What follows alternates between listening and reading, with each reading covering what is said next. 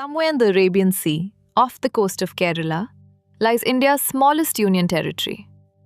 So small that its entire land area could fit inside the city of Chandigarh 3 times over. 32 square kilometers, that's all of it. And yet, in January 2024, this tiny cluster of coral islands became the most searched destination in the country, after a single photograph turned it into India's answer to the Maldives. Most of it sits barely 4 feet above sea level. There are no rivers here, no hills, not even a proper stream. Just coral, sand, and an impossibly turquoise lagoon. This is Lakshadweep, the 100,000 islands, and there is far more to it than a viral photograph. Lakshadweep floats in the Arabian Sea, between 220 and 440 kilometers off the coast of Kochi. It is India's smallest union territory by area and its least populated, just 64,473 people, according to the 2011 census. The territory is scattered across 36 islands and islets, of which only 10 are inhabited: Kavaratti, Agatti, Amini, Kadmat, Kiltan, Chetlat, Bitra, Androth, Kalpeni, and Minicoy. There isn't a single hill, river, or forest anywhere in Lakshadweep. Every island is a coral atoll, ringed by a shallow lagoon and a barrier reef.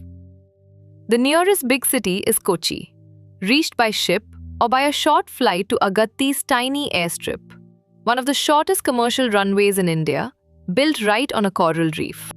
Lakshadweep became a union territory on the 1st of November 1956, carved out of the old Malabar district and South Kannada, where these islands had been administered for over a century. Back then, it was called the Lakshadweep, Minicoy, and Amindivi Islands. In 1973, it was renamed Lakshadweep.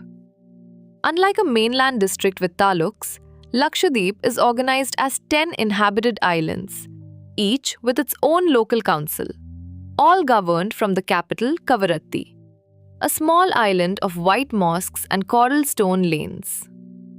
To protect its fragile ecosystem and its scheduled tribe population, even Indian citizens need a permit to visit.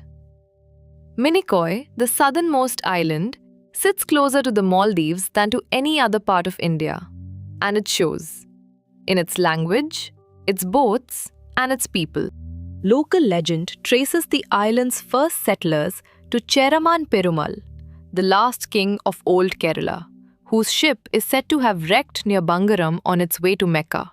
What is better documented is the arrival of Arab traders in the 7th century who brought Islam to these shores, making Lakshadweep, even today, over 96% Muslim, one of the highest proportions anywhere in India.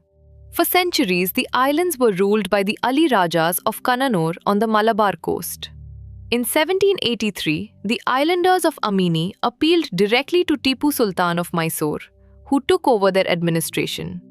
After the fall of Seringapatam in 1799, the islands passed to the British East India Company and were run from Malabar and South Kannada until independence brought them together as one territory.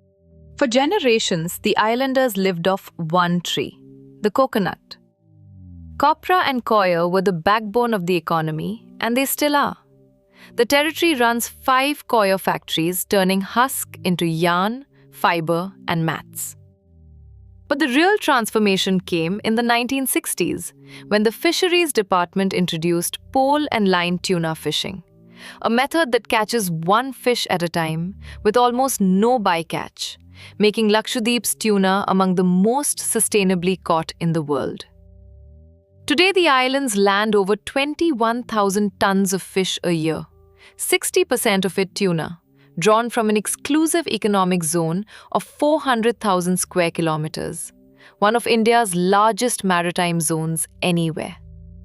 Between the reef and the deep sea beyond it, fishing remains the single biggest livelihood on these islands, followed closely now by tourism. Malayalam and the local Jeseri dialect are spoken on most islands, a direct link to the Malabar coast across the sea. But on Minicoy, people speak Mahl, a form of Divehi, the language of the Maldives, And their society, like the rest of Lakshadweep, follows a matrilineal system where property and lineage pass through the mother's line. Islam shapes daily life here. Eid, Miladun-Nabi, and Muharram are celebrated island-wide. But Minicoy has a festival all its own, the Jahadhoni boat race, where brilliantly painted wooden boats built by hand race each other across the winter sea. And the food follows the water. Tuna curry, grilled reef fish, and coconut in almost everything, from the everyday meal to the Kavaratti-style biryani served on festival days. For a population this small, Lakshadweep has produced some remarkable names. Ali Manikfan, born on Minicoy, is a self-taught marine biologist, shipbuilder, and speaker of over 6 languages. Honored with the Padma Shri in 2021 for a lifetime spent studying the sea around him. PM Sayeed represented these islands in the Lok Sabha for 10 consecutive terms, one of the longest parliamentary careers in Indian history. P.P. Shamsuddin's Malayalam writing has carried island life to readers who will likely never set foot here. And Sultan, one of the smallest inhabited islands, has quietly produced more than its share of Lakshadweep's writers and its footballers. Agatti is where most visitors land. Its airstrip runs almost to the edge of a lagoon, so clear you can see the coral from the plain. From there, boats fan out to the rest of the territory.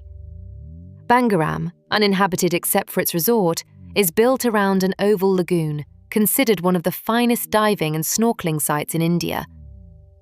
Kadmat draws kayakers into a lagoon calm enough for beginners, yet rich enough in reef life for experienced divers. Kavaratti, the capital, has the Udra Mosque and a marine aquarium showcasing the reef just offshore. And at the southern tip, Minicoy's colonial-era lighthouse still stands watch, its spiral staircase leading to views over turquoise water and coral atolls in every direction. The best months to visit are October through March, when the seas are calm and the water is at its clearest. 32 square kilometers, 10 inhabited islands, and a lagoon that turned a nation's head overnight. That is Lakshadweep. A coconut and a fishing net built this economy. The coral reef is now building its future. Comment your district below. We'll cover it next.